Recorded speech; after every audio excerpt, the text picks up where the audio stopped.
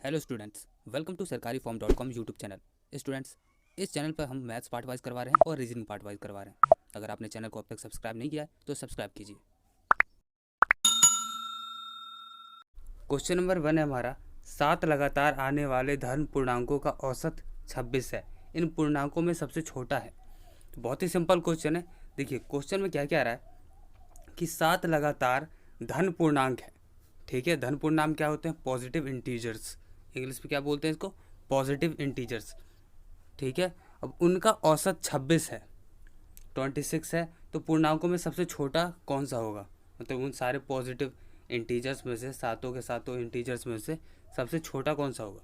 तो हमें ये पता करना है। तो देखिए, तो जब भी इस प्रकार के क्वेश्चन आए, जब ये औसत दिया हो हमें और लगातार नंबर्स दिए हों, 7 8 कितने भी दे सकता है। ठीक है, 7 8 5 6 कितने भी लगातार नंबर्स दे सकता है और औसत दिया हो, तब इस प्रकार के क्वेश्चन में सिर्फ क्या करना होता है कि जो औसत होता है वो बीच वाला नंबर होता है। तो हमारा औसत 26 है, तो 26 बीच वाला नंबर हो गया हमारा। अब इसमें 7 नंबर है, ठीक है, 7 धन पूर्णांक है। तो 26 के 3 पहले गिन लीजिए, 3 नंबर, और 26 के 3 नंबर बाद गिन लीजिए, और 26 होगा बीच वाला नंबर। ठीक है, इस प्रकार के क्वेश्चन में ऐसे ही होता है। तो 26 के पहले क्या आता है? 25, फिर उसके पहले 24, फिर 23। ठीक है, 3 नंबर पहले चले गए हम 26 के। अब 26 के 3 नंबर बाद जाना है हमें। 26 के बाद आता है 27, फिर 28 और फिर 29। अब ये सारे नंबर्स लगातार हैं, 23 24 25 26 27 28 29। ठीक है, और इन सब का औसत निकालोगे, मतलब इन सबको जोड़ करके 7 से डिवाइड करोगे तो आंसर आएगा हमारा 26। इतना करना होता है बस। इसमें इस प्रकार के क्वेश्चन इसी तरह से सॉल्व होते हैं। तो इसका आंसर क्या हो गया? इन सब में से सबसे छोटा कौन सा? अब सबसे छोटा कौन सा दिख रहा है आपको? तो ये सारे पूर्णांक है सातों के साथ, तो सबसे छोटा कौन सा? 23। तो 23 हमारा आंसर हो गया। ठीक है, इसमें ये भी पूछ सकता है कि सबसे बड़ा कौन सा? जब सबसे बड़ा पूछा जाए तब ये हो जाएगा। या फिर ऐसे भी पूछ सकता है कि सबसे छोटे और सबसे बड़े का योग क्या है, तो हम 23 और 29 को जोड़ देते। ठीक है, तो क्वेश्चन किसी भी तरह से बना सकता है, लेकिन जो बेसिक इसका तरीका होता है सॉल्व करने का वो ये होता है। औसत हो जाता है हमारा बीच वाला नंबर, और फिर हम उसके हिसाब से आगे और पीछे गिन देते हैं नंबर्स, हमारे जितने नंबर्स दिए होते हैं। तो चलिए अब देखते हैं अगला क्वेश्चन।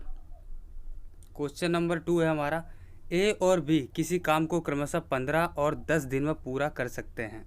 उन्हें 35,000 रुपये में काम पूरा करने का ठेका, मतलब कॉन्ट्रैक्ट मिला है। ठेके की राशि में बी का हिस्सा रुपए में क्या होगा? तो बहुत सिंपल क्वेश्चन है। अब देखिए यहाँ पे दो लोग हैं, एक का नाम है ए, एक का नाम है बी।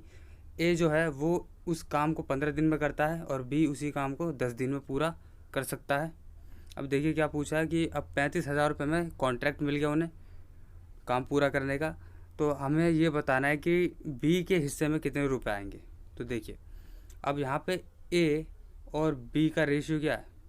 जब भी इस तरह के क्वेश्चन आते हैं तो काम और दिन की संख्या, मतलब कितने दिन में काम पूरा करते हैं, ये एक दूसरे के इन्वर्सली प्रोपोर्शनल होते हैं। हिंदी में बोलते हैं इसे व्युत्क्रमानुपात, मतलब उल्टा अनुपात में होते हैं। तो ए और बी का जो रेशियो हो जाएगा काम करने का, वो ए का तो 15 है, ए 15 दिन में काम करता है और बी 10 दिन में काम करता है। तो इसका रेशियो क्या हो जाएगा?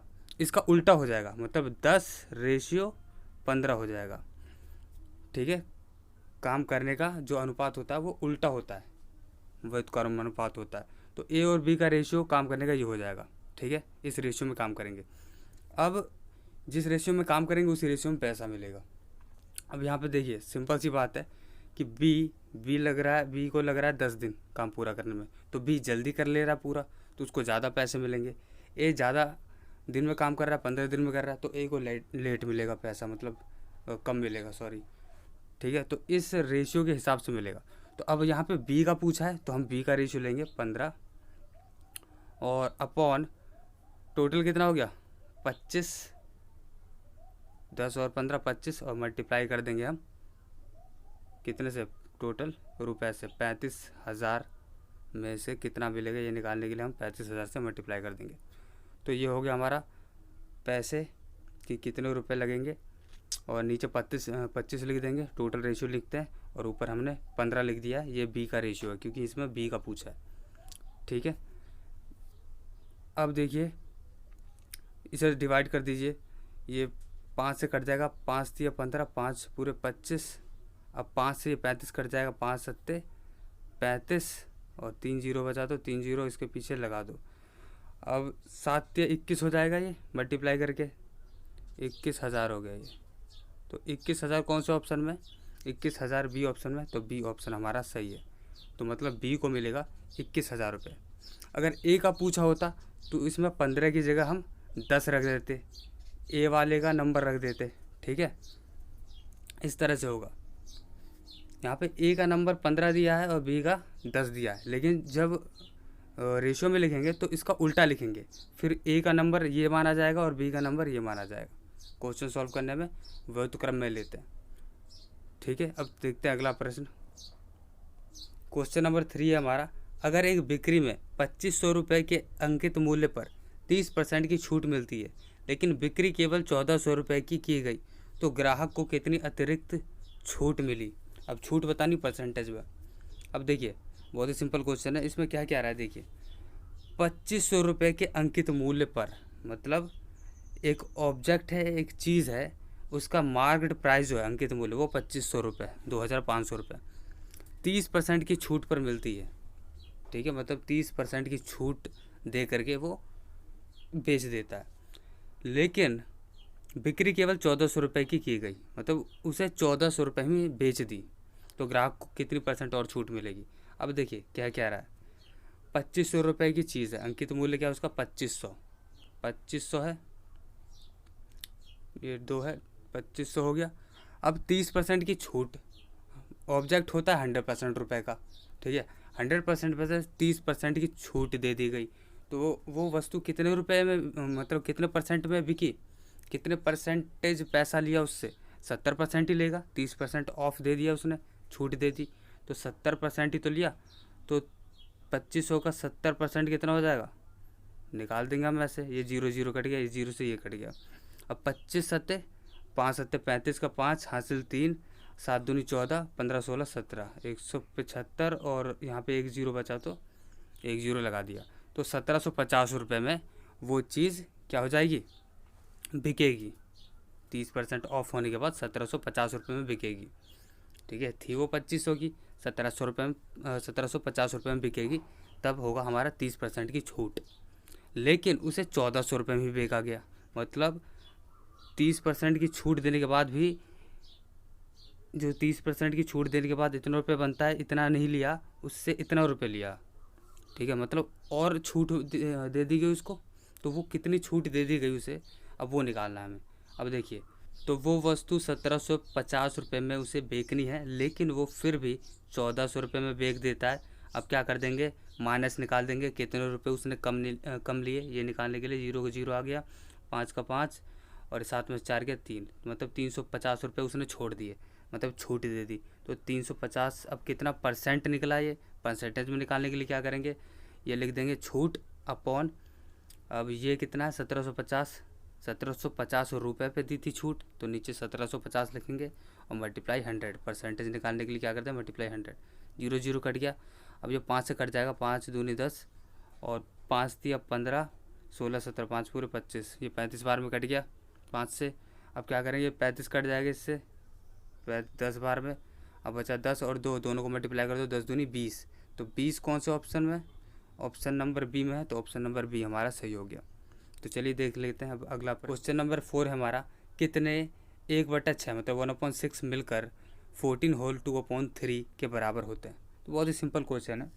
देखिए इसमें करना क्या होता है, सबसे पहले मैं आपको कुछ समझा दूं।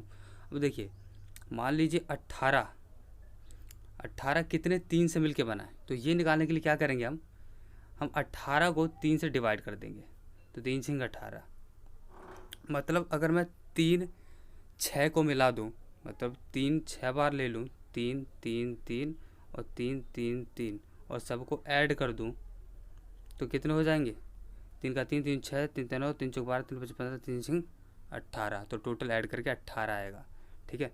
तो मतलब 6 3 लेने पर 18 आता है। तो सेम ये क्वेश्चन इसी तरह का है। इसमें क्या करना होगा हमें कि 41 होल 2/3 को हमें डिवाइड कर देना होगा 1/6 से। ठीक है, कोई प्रॉब्लम? अब देखिए क्या करते हैं। तो सबसे पहले इसको सॉल्व कर देंगे, ये मिक्स फ्रैक्शन में। तो अब क्या करते हैं, इसको मल्टीप्लाई करेंगे इससे, कितना हो जाएगा, 4×3=12, 123 हो जाएगा। 123 और 2 जोड़ देंगे, उसमें ऊपर वाला जोड़ देते हैं। इन दोनों को मल्टीप्लाई करना है और जो आंसर है मल्टीप्लाई करके उसमें ये प्लस कर देना है। ठीक है, इन दोनों को मल्टीप्लाई करना है और जो आंसर है उसमें ये प्लस कर देना है ऊपर वाला। तो अब देखिए क्या करेंगे, तो 41 को 3 से मल्टीप्लाई करेंगे तो 123 आएगा और ऊपर 2 जोड़ देंगे उसमें 123 में, तो कितना हो जाएगा, 125। और नीचे अपॉन 3 का अपॉन 3 रहता है। फिर डिवाइड 1/6, ये हो गया। अब क्या करते हैं, जब डिवाइड रहता है तो डिवाइड मल्टीप्लाई बन जाता है। डिवाइड को मल्टीप्लाई बना देंगे और ये नंबर पीछे वाले पलट देंगे, जो डिवाइड के बाद लिखा रहता है नंबर उसे पलट देते हैं। तो 6 ऊपर चला जाएगा, 1 नीचे आ जाएगा। अब ये कट जाएगा, 3 दूनी 6। तो 125 का डबल, 125 को 2 से मल्टीप्लाई कर देंगे तो 125 का डबल कितना होता है, 250। तो 250 कौन से ऑप्शन में, ऑप्शन नंबर सी में। तो ऑप्शन नंबर सी हमारा सही हो गया। ये हो गया इसका answer. Hello students, welcome to sarkariform.com YouTube channel. Students, इस चैनल पर हम मैथ्स पार्ट वाइज करवा रहे हैं और रीजनिंग पार्ट वाइज करवा रहे हैं। अगर आपने चैनल को अब तक सब्सक्राइब नहीं किया है तो सब्सक्राइब कीजिए।